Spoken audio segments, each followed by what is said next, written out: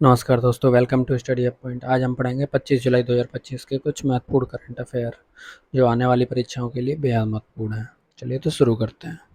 पहला प्रश्न है, डीआरडीओ ने 23 जुलाई को एपीजे अब्दुल कलाम आइसलैंड ओडिशा से अपनी स्वदेशी long range surface to air missile का पहला फ्लाइट टेस्ट किया है।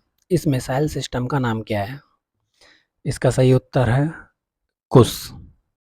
इस टेस्ट में हाई स्पीड और हाई एल्टीट्यूड इलेक्ट्रॉनिक टारगेट को सफलतापूर्वक इंटरसेप्ट किया गया। इस मिसाइल में प्रयोग होने वाले सभी एलिमेंट्स स्वदेशी डीआरडीओ लैब्स और इंडस्ट्री द्वारा विकसित किए गए हैं। डीआरडीओ के चेयरमैन और सेक्रेटरी राजेश कुमार सिंह हैं।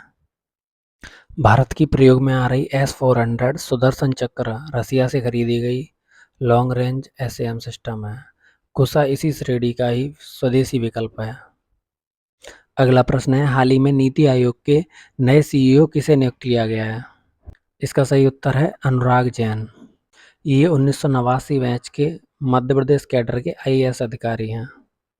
इनका कार्यकाल 2 वर्ष का रहेगा। इससे पहले सीईओ बीवीआर सुब्रमण्यम का कार्यकाल फरवरी 2026 को समाप्त हो गया। तब से निधि छिब्बर के पास एडिशनल चार्ज था। नीति आयोग प्लानिंग कमीशन की जगह 1 जनवरी 2015 को बना है और इसके अध्यक्ष प्राइम मिनिस्टर होते हैं। वाइस चेयरमैन अभी सुमन बेरी हैं। अगला प्रश्न है, वैज्ञानिक खदानबंदी और रीपर्पजिंग प्रैक्टिसेस पर भारत की पहली व्यापक रिपोर्ट किस नाम से जारी की गई है? इसका सही उत्तर है आरोह। एनुअल रिपोर्ट माइन क्लोजर जारी की गई है। ये भारत के इतिहास में खदानों के वैज्ञानिक बंद होने की पहली राष्ट्रीय कंसोलिडेटेड रिपोर्ट है। पिछले वर्ष अकेले 42 कोयला खदानें बंद हुई थी। अगले वर्ष 2-3 वर्षों में लगभग 147 खदानें बंद करने का प्लान है। अगला प्रश्न है, तमिलनाडु का पहला पूर्णतः परिचालित क्लाइमेट रेजिलिएंट विलेज कौन सा बना है?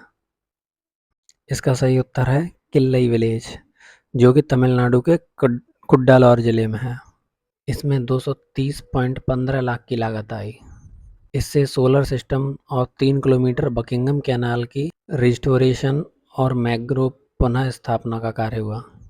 अगला प्रश्न है, संयुक्त राष्ट्र की सोफी 2026 रिपोर्ट के अनुसार वर्ष 2025 में वैश्विक भुखमरी से जूझ रहे लोगों की अनुमानित संख्या लगभग कितनी है? इसका सही उत्तर है लगभग 645 मिलियन।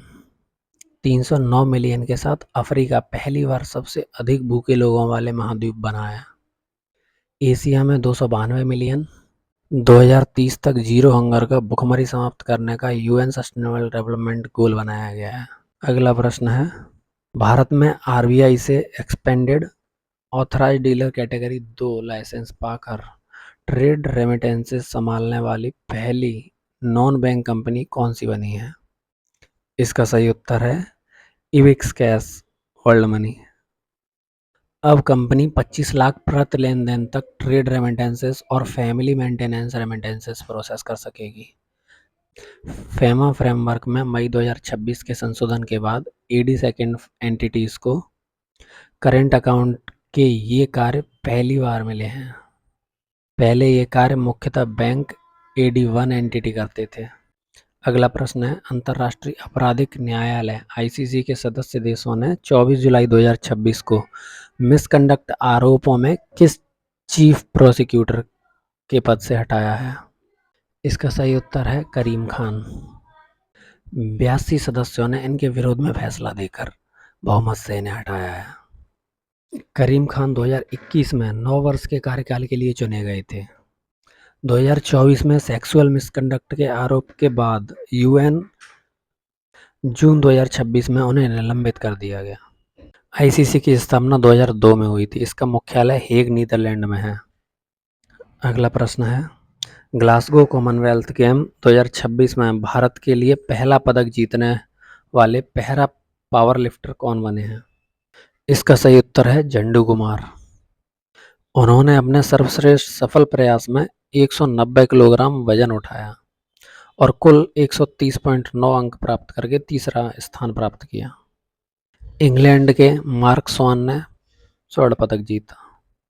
कॉमनवेल्थ गेम्स का आयोजन 23 जुलाई से 2 अगस्त 2026 तक ग्लासगो स्कॉटलैंड में हो रहा है। भारत ने जो बर्मिंघम में 2022 में कॉमनवेल्थ गेम हुए थे उनमें 61 पदक जीते थे, जिनमें 22 गोल्ड मेडल थे। और इस बार के कॉमनवेल्थ गेम्स 2026 में शूटिंग और तीरंदाजी को शामिल नहीं किया गया है। अगला प्रश्न है, स्कूल छोड़ चुके 80,000 से अधिक बच्चों को वापस कक्षाओं में लाने के लिए गुजरात सरकार ने हाल ही में कौन सा मेगा कैंपेन शुरू किया है? इसका सही उत्तर है समरस विद्या सेतु। गुजरात का ड्रॉप आउट रेट 2% हो गया है। पहचाने गए 80,000 बच्चों को आयु अनुकूल कक्षाओं में ब्रिज कोर्सेस और मॉनिटरिंग के साथ पुनः दाखिला दिया जाएगा। गुजरात के मुख्यमंत्री भूपेंद्र पटेल हैं।